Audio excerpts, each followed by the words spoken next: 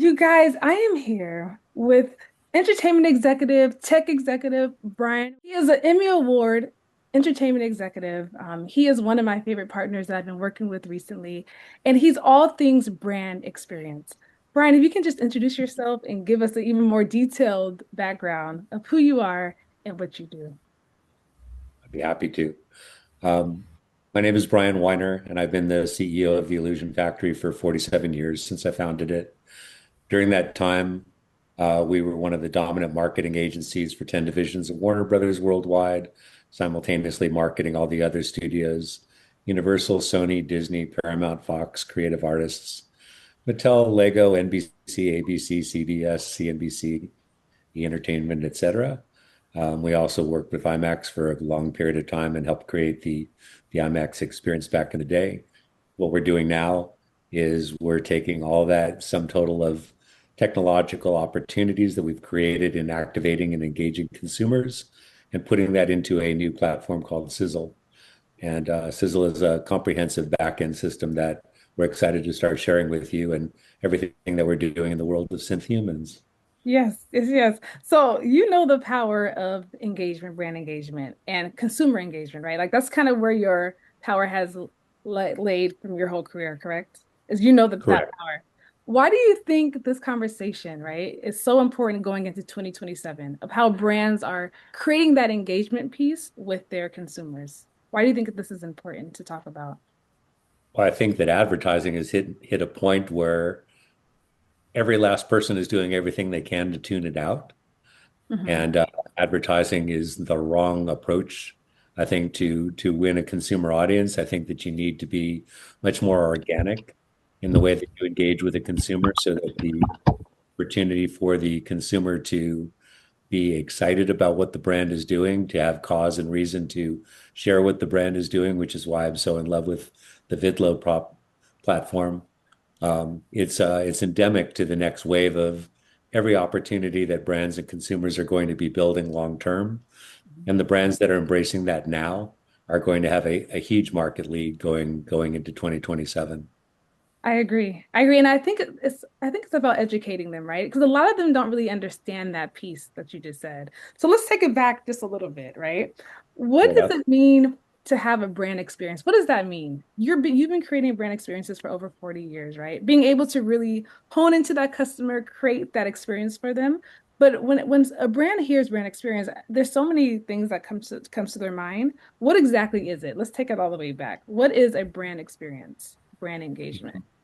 In my humble opinion, if you're triggering a dopamine reaction inside the brain, which is expressed during a moment of enjoyment, and you are the brand that's causing that opportunity, whether you're a studio brand that's putting the entertainment out, or whether you're a consumer packaged good or a QSR or a service brand, and you're looking to have a meaningful relationship with the consumer, I think that advertising dollars are being spent in a new fashion in order to create different kinds of experiential opportunities. Mhm. Look, when we created the IMAX experience in the 80s going into the 90s, that was it. And it's always been that. And that's why you see themed entertainment everywhere. That's why you find ever more immersive technologies. That's why we've been on the cutting edge at the Illusion Factory and being pioneers of virtual reality and then augmented reality and now AI and synthetic generated human reality.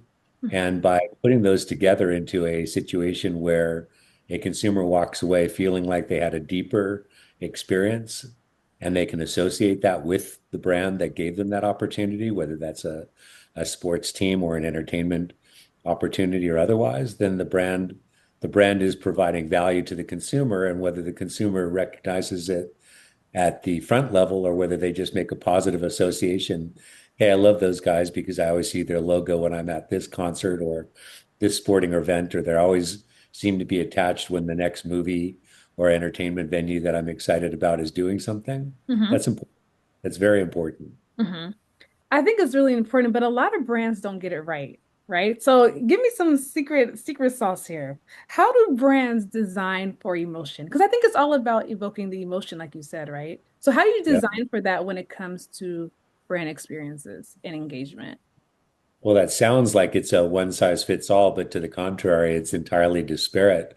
Mhm. If you're doing how does a brand design for emotion for a sports team, there's a brand association. You're seeing the brand's logo that's popping up on the ribbon banners inside the arenas. You're seeing the brand name atop the arena if they bought the naming convention for the auditorium or the arena that they're in. And then from everything from that point further down is just one more further reinforcement. Mhm. What we're doing with the Synth Humans is we're giving the brand an opportunity to provide a deeper experience, whether you're speaking to a celebrity that's part of the experience. That could be a sports star, that could be a movie star, that could be talking to a fictional character. If you wanted to create a synth human and get an opportunity, we're starting to do quite a bit of that as well. Mhm. Imagine if you got to be face to face with one of your favorite characters and start asking them deep questions and getting real answers that are in the tone and the voice. Mhm. So it's still boiling down to an experience, right? Yeah. If I'm going to be talking to Hannibal Lecter and I'm fascinated with the Silence of the Lambs going all the way back, then what is it like to actually talk to Hannibal Lecter? What it would be like if I had an augmented reality experience and Hannibal Lecter walked up behind me inside my own home? For the thrill junkie who wants that jolt of adrenaline, there you go. There's those kinds of opportunities. Yeah. Whereas if you're a brand that's sponsoring, a sweet musician who's writing, love songs and lyrics and something like that, that's an entirely disparate brand experience, Mhm. right? So you need to understand the psychology of the audience. Once you understand the psychology of the audience, then you're going to be more likely to understand what's going to trigger that dopamine reaction inside the brain, right? What are you giving them that gives them cause and value? Mhm. So from the beginning, when I started marketing television shows like Friends and ER and West Wing and Sopranos and Two and a Half Men and Big Bang Theory and all those shows, we started by giving the consumer an opportunity to understand what does it feel like to be a surgeon inside the ER and a patient comes in with these symptoms and you've got 20 seconds to make a diagnosis. You find out what the symptoms are and you got to decide what you're going to do and where you're going to send them in the ER. If you're in the West Wing and you want to feel what it's like to be running for president, we're going to ask you questions that are uh, that are completely polarized, like pro-life or pro-choice.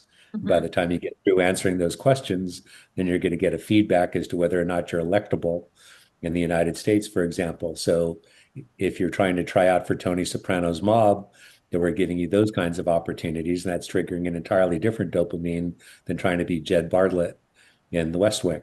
So you need to understand who your audience is and why are they tuning in? What's the juice that's inside their head that's going, wow, that's exciting. I want more of that. And then you feed that. So I think the number one point is understanding your ICP, right? Understanding your audience, because once you do, you're able to make better decisions on the type of experiences you should give them. But 100%. you mentioned Synth Humans, right? So give us some background. I'm super excited. You guys, I think when it comes to experience design, experiential marketing, brand engagement, education is one of the major pillars, right? And I think with Synth Humans, you're creating such an amazing experience that's also a part of like the education pillar. So if you can give us Yep. some background on what are Synth Humans and kind of what's your whole idea of how they can create brand engagement? Absolutely. So a synth human is a synthetic human being. We try to make them as lifelike as possible. And then we work diligently to curate the brain inside the synth human against a whole bunch of variables. We start with guardrails. So we're instantly protecting against anything that's offensive, anything that's profane, anything that's sexual, anything that's political, anything that's hate oriented, et cetera. So we know with certainty that if we're putting a synth human out into the world, that it's not going to go into any of the dark corners that's going to cause problems. Oh. And we're meticulous about the curation of those brains. From that point forward, the next step is to really get the deepest possible opportunity to understand who and what that synth human is. So if I'm making a concierge for a sports team, that's one kind of synth human, and they should know every aspect about that sports team, every aspect about the players, every aspect about the game, et cetera, et cetera. Whereas if I was making, like I was just working on John F. Kennedy because I'm making all the presidents right now, and in the course of making Kennedy, I had to be meticulous and try and get all the factual pieces 100% correct. And then we use four different AIs to vote against everything that we've put inside that brain Okay. so that it's not just one pass and we hope. It's not an internet scrape, if you will. To the contrary, what we're doing is we're putting something that's incredibly concrete, that's been validated by multiple resources. And that's how you avoid getting like an example, there's a lot of quotations that go around that are attributed to, various celebrities, dead or otherwise. And as you start to put those together, and then the AI starts to vote on it, you discover, well, that isn't actually a quote that one of them even said, and you can't allow that to be part of your experience, right? So as we put up Einstein, we had to pull out the wrong quotes for Einstein, as we did George Washington. There were a lot of wrong quotes that were attributed to him. And then we work diligently to make sure that the facts that we are putting in are coming from a biography that was authorized by a proper resource or by diaries that were kept by the people if they were real people, et cetera. Mhm. And that way we get much further. So for me to have an opportunity to talk to John Kennedy this weekend about the Cuban Missile Crisis was fascinating because I lived through that when I was a little boy, and I was too young to really understand what was going on. But as I got older and learned how close we were to the entire world blowing up, I really wanted to understand what was his thought process trying to negotiate with Khrushchev and how he was going to get through all of that. So I think these are important pieces of the puzzle. Now, what would you categorize this as? Like, what if you had to create like a new pillar of what you're doing with synth humans, right? What would be the Mhm. one word how you would describe the experience that you're creating for consumers? Immersive.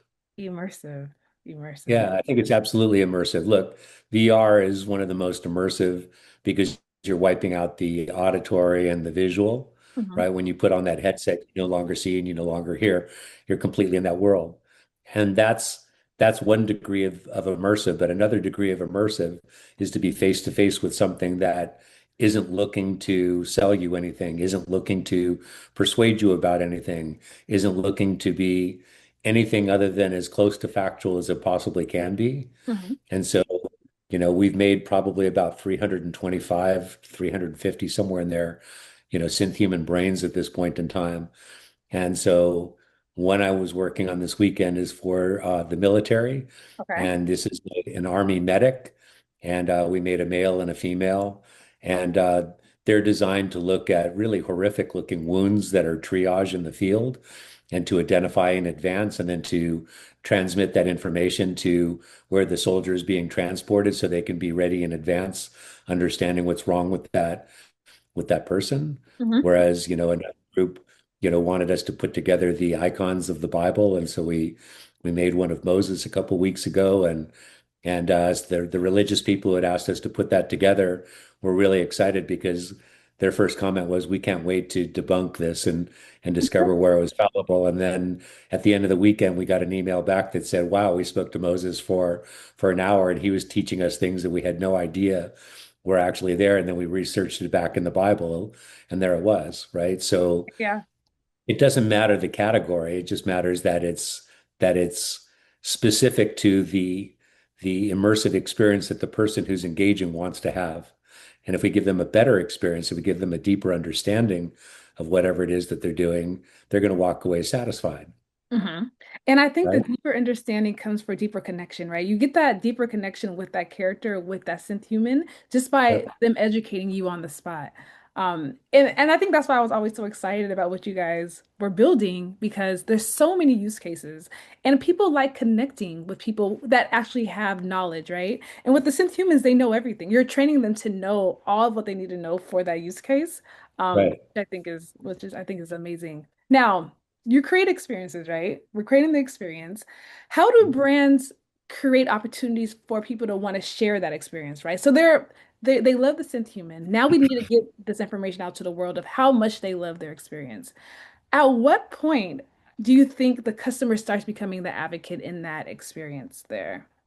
When the customer's life experience elevates as a direct result of having the encounter. Okay. So let's say that we were using a synth human that was a fashion concierge. hmm Now that synth human knows every fabric, every manufacturer, every product, everything that's out there that's publicly available. And that synth human's ability to, if it's been trained to take a look at you and say, what would accessorize beautifully with what you're wearing right now, China? And then you could train that synth human so that it knows everything inside your wardrobe and it would be able to tell you things inside your wardrobe that would go really well with that. Or if it's the brand that's promoting that and the brand is like, hey, you know what else would be a great fit with that? Or if you liked this outfit, you would also like that outfit or something like that. Mhm. So look, if more and more situations are matriculating from the retail to the online, your ability to go in and to try things on is becoming less and less plausible. There are obviously lots of retail stores where you can still do that, but there's also a lot of retail stores where the online content is just, or the retail content, let's take a retail electronic store like Best Buy, for example. Okay. What you're able to see in a Best Buy now compared to what you were able to see in a Best Buy 10, 15 years ago is night and day. And you don't blame them because it's not cost effective for them to maintain that degree of inventory. Mhm. So when you go into the retail experience, are you really understanding everything that's going to pair best, with your Mac or with your laptop or whatever? Mhm. And so the ability to talk to an electronic concierge that can tell you infinite detail about different things that you might want to try or why this mouse is more ergonomic for your hand if you're starting to feel carpal tunnel syndrome because of the mouse that you're using, et cetera. These things are valuable. So Yeah. when you create value in a consumer's life, we all feel like after we've gotten something of value, we walk away. I mean, just look at the whole process of tipping in a restaurant. I know in a restaurant nowadays, it's customary that they put a check in front of you and they're already expecting you're going to pay them 20%. But the purpose of the tip was, hey, thank you for taking care of me. Thank you for making this experience, great for me. I really appreciate that. Let me express that. Mhm. And I think that philosophy, regardless of the monetary compensation that comes back in a tip, is that same thought process from a consumer, which is why I love so much the Vidlo project, right? Because if you're having a good engagement with a synth human, and you're like, wow, that really took me to a great place. I want to share that with everybody. And Mhm. that goes out in Vidlo and that gets shared with everybody. And if what they're sharing is, wow, I spoke to the brand concierge for fill in the blank brand, whoever that chooses to be. And oh, I want to talk to them about that. Maybe it's a makeup concierge, right? Let's say we put one together for a company like Sephora or something like that. If that makeup concierge or cosmetics concierge was capable of looking and saying you're an autumn or you're a summer or you're a spring or you're a winter, and these are the things that are go best with your complexion, and you know what else would be a good fit. And then after it's talking that through with you, if that could matriculate that into a shopping list, and if that shopping list can populate into any kind of a shopping cart and then ultimately be purchased, or take one that I dreamt up for Target. I had heard that Target makes the majority of its money on food. And so I thought, okay, I'm going to make a chef. And that chef is going to know everything there is to know about cooking. Now, there's billions of recipes that are out there, but our chef doesn't have one recipe inside her whatsoever. Instead, she's been trained on every form of nationality cooking, every spice, every sauce, every curation of how food gets prepared. Mhm. And then you can start by just saying, God, I've got an impromptu group of 6 people that are coming over for dinner tonight, and I don't even have the first idea what to make. And then she'll start asking you questions. And then if it was working for Target or some other brand, then it would help you curate the list. And then that list could be online, and then that online list could be delivered to your house. Or maybe you want to walk through the supermarket with, the chef, and the chef could take you through that experience, help you buy all the ingredients. And then you go home, and then she'll take you step by step through making it. Mhm. Or if I made a concierge for Home Depot, for example, and that concierge was able, I could walk into my backyard and I could say, I'm thinking about putting up a redwood deck. What do I do? And it would take a look because they can see, our synth humans can see on the other side of the screen. And it can say, well, first of all, let's talk about the permits that you're going to need to pull. And then if you're going to build a redwood deck, then you're going to need to buy here's the list of all the different things that you need to buy. Now, if you're the corporate brand like a Home Depot or Lowe's or whoever this works like an advertising co-op model, same as the supermarkets, right? So if the concierge is making a list of these are the things that you need to buy when you get to the power tools, if DeWalt is the corporate sponsor that's underwriting the cost of doing that, then the DeWalt tools are going to be, put at the list. If it's Makita or Black and Decker or whoever is the brand, then their tools are going to be put into the list. So at the end of the day, synth humans are almost never a cost center. They're always a profit center. Just need to understand how they work. And that's why when we cooperate in a platform with Vidlo, and the brand is excited, and then the consumer is out there, sharing their video about how excited they were to have attended this game or to have had this life experience, et cetera. And then the next consumer sees that on myriad social media, and then they can scan a QR code or go to a specific URL, and they could be talking to that synth human.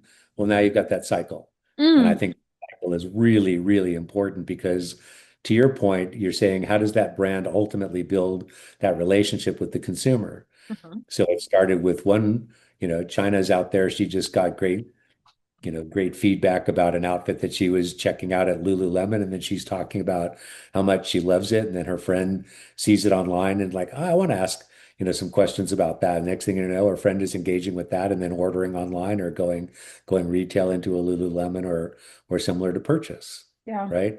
It's like a loop, right? You create the experience, which you have to create a great experience like you guys do at Illusion Factory, at Sizzle Studio. Like the experience is the key, right? When you create Mhm. that experience that has the aha moment, consumers are going to want to share. So it's giving them the opportunity to be able to share where now it's branded, it's within your system. So now you have this content to be able to market, to expand, to amplify the experience that you're already creating, you know? And that's why I think Absolutely. I love what we're both doing and how it serves each other, right? Because you guys are amazing at creating the experience. So now let's capture it. So now we can tell Yep. the full story, you know? Um, 100%. one other question that I have is let's talk about where traditional marketing falls short. So we just talked about the full story, right? Mhm. Now, with what you guys are doing, what do you think that ROI is with creating those type of brand experiences that educate, that evoke emotion with your consumer, how you can capture the content after? What is the ROI you think for brands that are looking to kind of create an experience like this?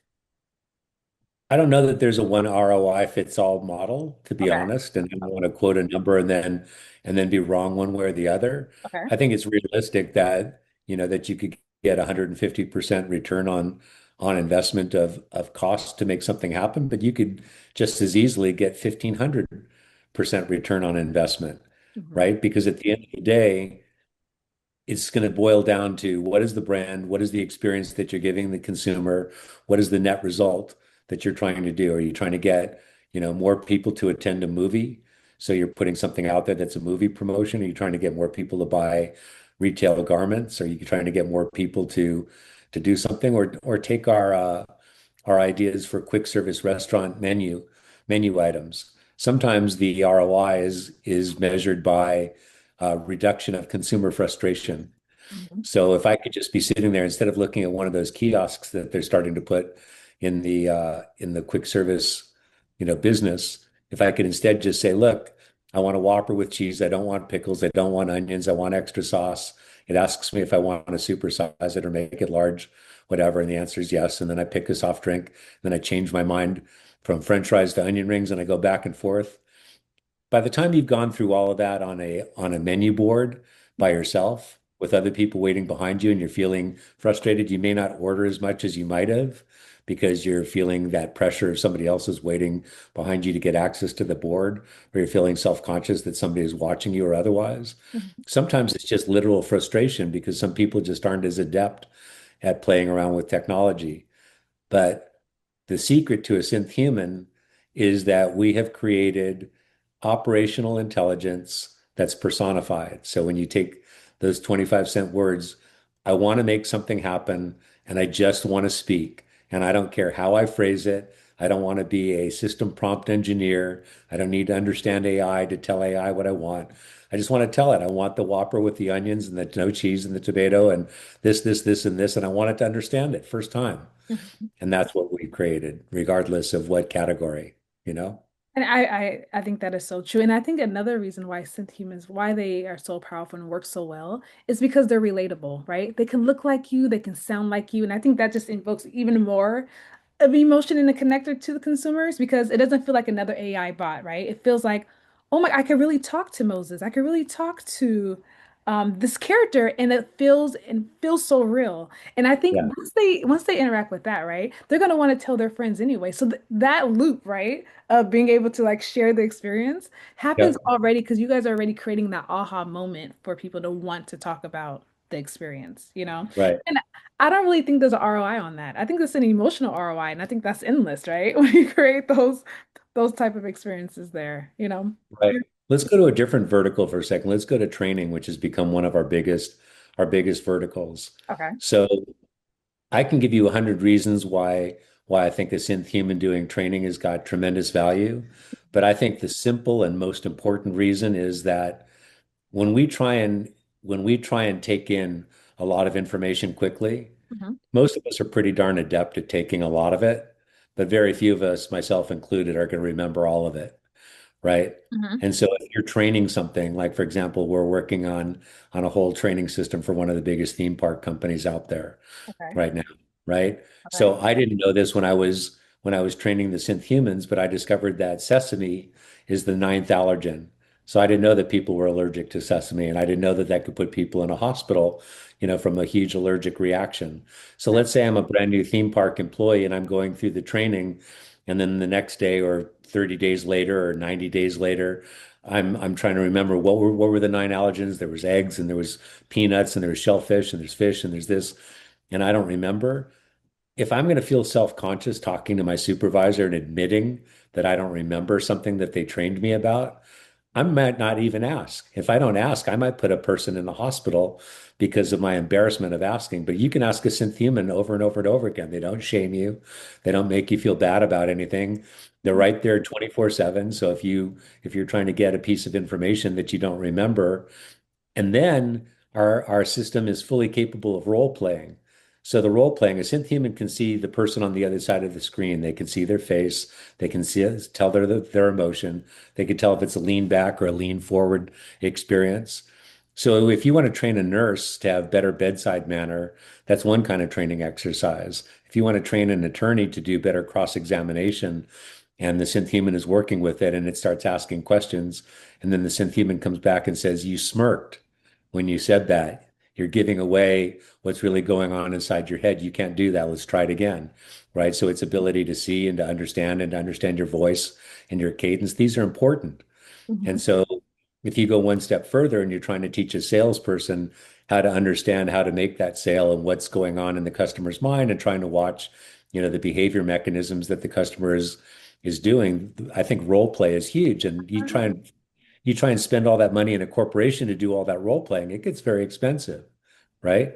Hold on, Brian. This right here is, I think, a sales persona because there's Mhm. so many industries that can use that, especially from tech companies, smaller tech companies that they don't have the expense to hire a full-on sales team, but now they can have a sense human to do that sales and understand that ICP that you're trying to sell to and give you Yes. feedback on that. Oh, I love that use case. Right.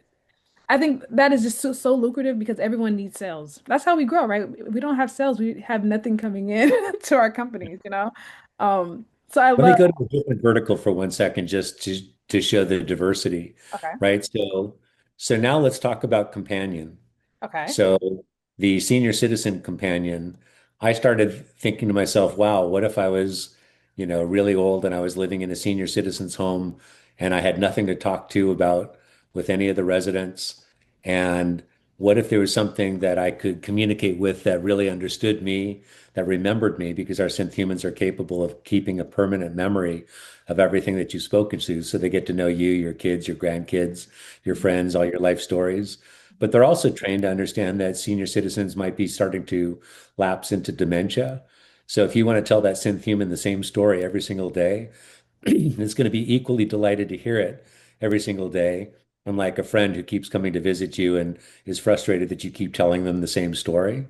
But the converse side of that is that synth human is going to be entirely capable of um, having the opportunity to speak about quantum entanglement or who won the Daytona 500 in 1966 or who is a better, better quarterback, Hayden or Ferragamo for the Rams or whatever, because they know everything about everything. So Mhm. no matter what your area of subject that you want to be talking to a synth human about, you've got that companion capability. So then I went one step further and I was reading that there's a lot of boys and girls who are growing up without fathers. And so over the weekend, I put together the Father Companion series. And we're starting with the first one that's non-denominational, and then we're making one that fits each denomination so that we could respect how each denomination, would want certain guidance that's being given. Mhm. But just having a dad figure that you could talk to, that could start to know you, that could start to feel proud about you, that could start giving you that extra courage to go do something in a specific day. Then there's the veteran's companion, the one that understands post-traumatic stress disorder and understands what it was like to serve in Afghanistan and why you're having so much trouble adjusting coming back to the United States and trying to make your life work out, et cetera. So synth humans cover a really broad spectrum of capabilities. Yeah. Then there's lastly, the historical, the pantheon of knowledge that we're building. I'm putting together probably about 250 synth humans. And so after doing Einstein and Washington, I built Da Vinci, I built Shakespeare, I built Marcus Aurelius, and slowly Lao Tzu and then Sun Tzu and so on. So if you've got a depth of interest in a particular subject matter, and I can bring up a character that holds historical value, and you start speaking to it, your knowledge as a student is exponential takeaway from just reading about it in a book and memorizing a few facts so that you can get a grade on a test. And I think the proliferation of knowledge couldn't be more important right now. Yeah, you know what? I think you nailed it. And I think that because there's so many different use cases, there's really no excuse for brands that are still trying to wonder how they should use a synth human. Is this, is this applicable to my company? I think it can be applied to every company because every company has consumers that need that type of connection, right? More connection to their brand, more connection to them as a person, like you said, the father. I love the father's use case, right? Because now you have someone, right? You have a companion that you can talk to all the time, and that sounds like someone that could be your father. So, like I said, I love how you just own into the emotional connection that you're tying in. Let's pause for a second right there. We talked about how can a brand increase their value in the mind of a consumer, Yeah. right? Uh-huh. So if that synth father is brought to you by XYZ brand, whoever that is, and you're a child who's going through and when you log into that, you see the brand logo. And Hmm. that simple thing, you just know that that brand logo is associated with this character that's giving you warmth, giving you love, giving you guidance. And people are like, oh, well, what if they get attached to that character and it's going to be, there's going to be psychological ramifications. But the synth humans are designed not to tell them to create that attachment that's distorted. It wants them to get involved with other people. It recognizes that some people are shy and they're not ready to do that and helps coach them into understanding certain things that they could do so that they could feel that much more confident about themselves so that they can go out into the world and engage. So we're not trying to foster any kind of attachment in that regard. We're trying to build character. And with character comes better human beings. You know what? Thank you for bringing up that point because I think when it comes to AI and it comes to immersive technology, that is a lot of fear, right? We're getting away from human connection and more into technology. Right. So with that being said, how do you think people should use AI in order to, how are you creating those type of experiences that still put human first and not tech first? And I know you explained it a little bit, but what is something that brands can take away of how they should create those type of experiences so that we can still have meaningful human connections with our synth human? Right. So the majority of the synth humans that we make don't really have any play in that particular vertical. Okay. So if I'm talking to XYZ sports celebrity and I'm just beyond excited to ask them, well, how did you feel at this moment when everything was riding on it and you took that shot at the buzzer, it went in. How did you feel confident enough to do that? That's one kind of a conversation. If you're talking to the fashion concierge and it's talking to you about your clothing, that's not going to foster a non-human connection that's problematic. When we start getting to the companion characters that we're making, um, these characters have no backstory intentionally. They're pure presence. So if you were to ask them questions about their life, they'll just tell you point blank, I don't have that life experience. I'm an AI and I'm here to work with you. But this is really all about you. Let's talk about how you're feeling. Let's talk about this. we're at a point right now where people are living such a really busy life schedule that there just isn't as much time to pay attention to people as there used to be. Okay. And people need that. They psychologically need that for 100 reasons. They need that validation. They need the attaboy, good job. They need those kinds of things. Mhm. And they also need the opportunity that when they're trepidatious, I've got a final exam coming up tomorrow, and I don't know if I can do it, and how am I going to hold it together and all that. Then a little degree of coaching or something like that about, okay, here's what you're going to do. You're going to get there 5 minutes early, and you're going to take a big deep breath, and you're going to just get into the zone. You know, you can get into the zone, etc. So we're very sensitive to the fact that there could be negative fostered long-term connectivity that could go wrong. And so we've programmed our characters very specifically to preclude that from being the one and only experience, especially if a person is, tremendously shy or they're living somewhere on the spectrum Mhm. and they've got cause and reason that makes them less desirable of engaging with human beings. Mhm. Then the synth human, if it knows that it's dealing with something like that, is going to try and help working with them to go back out into the world and to try going to a group. Here's how you might try and find somebody who has a life experience like yours that you might be able to find a bond with, etc. So we're not trying to hold them in. We're trying to push the Expand. bird out of the nest, Amplify. right? But you know what, Brian, what I love the most is that your values of how you're creating your AI, that's what makes the difference, right? Because you're thoughtful and you're thoughtful about how you want to create it, how you still want to have that human connection, how you're not trying to take that away. And I think a lot of times when people are creating technology right now, they're not thinking about that, right? They're not thinking about humankind, of how we can still connect the dots. So thank you for being a person that is creating this massive technology, right? This innovative technology, but you're still making sure that the foundation that's laid down is still good, you know? I tell you that I got that from Spider-Man, but my son would correct me and say, no, you got that from Uncle Ben, who said, with great power comes great responsibility. Yeah, yeah, yeah. And We it, can it stick to, we're gonna stick to Spider-Man. We're gonna let the Spider-Man stay. well, it's Peter Parker's Uncle Ben in Spider-Man who said that. So it came from Spider-Man, but I misattributed the quote. My son was more than happy to let me know I was Correct you. wrong. That was Uncle Ben, Dad. That's Uncle All Ben. right. So, Brian, I have a couple of quick questions I want to ask on the fun side, just about your experience, and then we're going to tie it all back to how they can reach you at Sizzle Studios. So, from all of your years of being an entertainment executive, technologist, what is one of your favorite use cases when it comes to how a brand has engaged with their customers, with their audience? If you had a, We were working on Terminator, the Sarah Connor Chronicles. And it was the first time Terminator got turned into a television series, and it was on Fox. And this was before escape rooms were even a thing. okay, And this is when 3D web was brand new and super cool. And so I thought, again, how do I get you into the mind of the character? And so we made Sarah Connor is stuck inside of a hotel room, and the Terminators are coming down the hallway, and you have to figure how you're going to get your way out. And we had created a digital 3D escape room experience of how, if you were Sarah Connor, how you would work your way through that and navigate your way through. It's always going to boil down to one permutation or another that creates those kinds of opportunities. okay. Uh, when we were working on In Sync Bigger Than Live, the large format IMAX film, and being inside the Silver Dome in Michigan with more screaming little girls than I've ever been around in my entire life. Like that's what the Beatles concert must have sounded like. Oh my God, there's so many screaming girls at the NSYNC concert, right?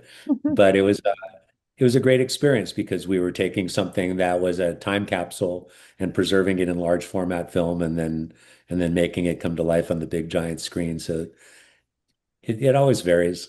It depends. I love that use case. One other question is, if you had to choose one marketing tactic that you can wipe out, what would that be? What's one marketing strategy that you wish would disappear? Like, just do not do this anymore. What would that Direct one? direct email. Direct email.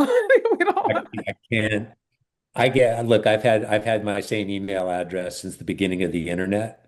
Okay. So I get 2,000 spam at least per day just on Okay. that one email account. Okay. I've even dreamed of making a product that I could send an email back to the person and then their computer would blow up in their face or something like that. That's how militantly angry I am about that because sometimes they'll take a brand like American Express where I need to be watching for an American Express real thing and even the best spam filters can't always determine that. Hmm. And so direct email, it pollutes a brand because of all the people that are spamming in their name.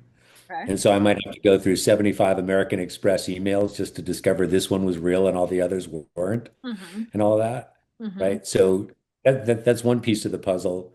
The pre-roll that used to exist and still in part exists in front of a video on YouTube Hmm. is another model that I just think is I'd be willing to bet, sight unseen, that if you were to take the opportunity to poll a consumer 2 minutes into whatever video they were planning on watching and say, I'll give you $10 right now if you can name either the brand or the product that was the commercial before the video that you just came here to watch, I bet 9 out of 10 people couldn't do it. I wouldn't They be able to do it. completely, right? Yeah. You And know, what a colossal waste of money. We at Sizzle, we've come up with a much better model for that, which I won't drill down into, but how stupid is that? it is. They're wasting so much because that time is a great time for branding for engagement, right? Play it, gamify it, show them something. Let's talk to a synth human. Let's create something where they're actually getting some experience from their time of having to watch this boring commercial, this Right. boring ad. Right. Um, I love that. So take away direct emails and get rid of those ads. One more is Okay. what is your all-time favorite brand? For whatever reasons, right? You love the way that they market, you love the way they engage with their customers. You just think that they're solid. What would that one brand be? Well, I'm biased because I was doing Warner Brothers for 25 years. So Okay. I, I think we did a pretty darn good job during that period of time. Okay. So I'm gonna lean on the side of entertainment because entertainment isn't going to be trying to sell me a bunch of garbage that I don't want. I Yeah. might immediately look at the trailer and go, that's not a show for me, or that's not, something for me. But I don't feel offended by it. I don't feel annoyed by it. Mm, And I think that's a piece of the puzzle. If you're a consumer brand or otherwise, you've got a much harder challenge because you're trying to break through the clutter against all of your competitors mhm, and everything else that's not your competitor in the marketplace just to get a tiny little piece in the brain of the consumer. mhm, And that's a tougher ask. And so I think the opportunity that if somebody were to connect with a synth human and start to really want to understand, tell me about your product line. Well, our product are made from completely 100% organic cotton, and it's farmed a certain way, and we don't use any countries that are putting a product together that's violating child labor laws and things like that. So I think that synth humans provide great opportunity for a brand to have a deeper space inside the mind of the consumer. And I mhm. think that's valuable. I think that's very valuable. I think it is too. So with that being said, what is one word you hope people remember after today's conversation? What do you want them to leave with today? Um, Inspiration. inspiration. Yeah, inspiration. Because look, um, advertising and marketing is never going to go away. The need to sell products to a consumer is never going to change. Mhm, And the methodologies are going to continue to change as they have over the course of time. mhm, So understanding that repetition and beating a consumer over the head and continually giving them, something so that they eventually like if right now if brands are tracking me all over the place and they fed me some sort of a cookie somewhere and now I'm seeing their product showing up 15 different places wherever I'm at, I'm annoyed by that. mhm, I don't like that experience. I don't like the fact that I'm being traced and tracked. Doesn't matter. We all are. We have been for a long period of time, but when it becomes blatantly obvious and it starts showing up everywhere, I'm 10 times more likely not to buy from that brand just because they're participating in that behavior. So mhm. when you get to a synth human and the synth human is working to cultivate an understanding in a relationship, I think that's an entirely different approach because it starts with mutual respect. And I Yeah, think mutual respect is critical yeah. in a forward-thinking marketplace. I think so. And you know what, Brian, I think what you're saying is what everybody feels, right? They're annoyed. They're annoyed by how brands are not creating those experiences, how they're being lazy and how they're creating those experiences. So I think Yep. being inspired by what you're building, I think is going to be helpful for brands because now they know that there's other ways that they can engage with their audience that actually moves the needle, that creates those bonding relationships that they want to share to the world. So thank you so much for sharing about what you're building at Sizzle. If you can, please let them know where they can find you, how they can work with you. What does that look like? Give us give. Absolutely. So there's two websites that they should go look at. Number one is sizzlestudios.ai, and Okay. that's Sizzle, sizzlestudios.ai. If you want to play with the Synth Human, go into the Synth Human tab on the website, and then go to the Pantheon of Knowledge and scroll down part of the page, and you'll find about 40 of them that are live that you can start talking to and getting an idea. If the training idea caught your attention more than the other opportunity, go to sizzletraining.com, and you'll see that we've put up an entire web page.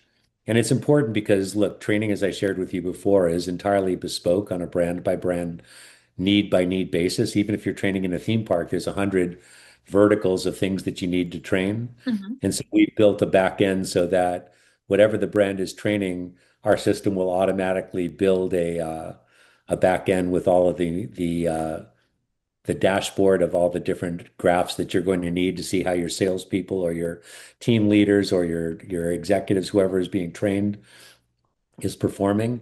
And the employee themselves can also have an opportunity to see that dashboard and to recognize, hey, I could do better here. Let's do that role play experience again, and let's try it one more time and see what happens.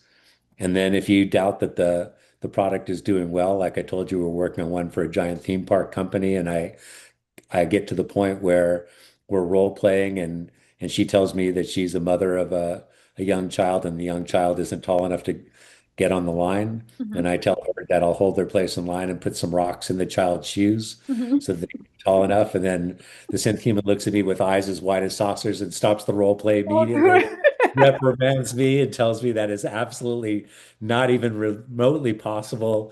And we're going to stop this right here, and you're going to need to start this all over again. So they're on top of their game. They're not going to let you get away with anything. You know what? It kind of reminds me of a parent, right? Maybe parents should have a synth human in their homes. When they're not there, the kid's like, don't do that. Let's That's not. right. There you go. I love it.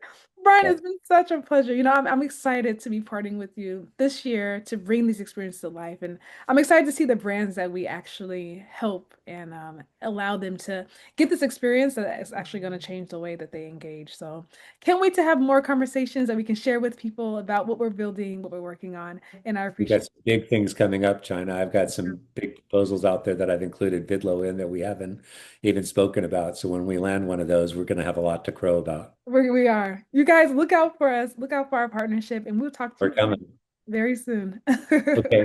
Thanks Bye. for having me. Of course. Bye. Bye.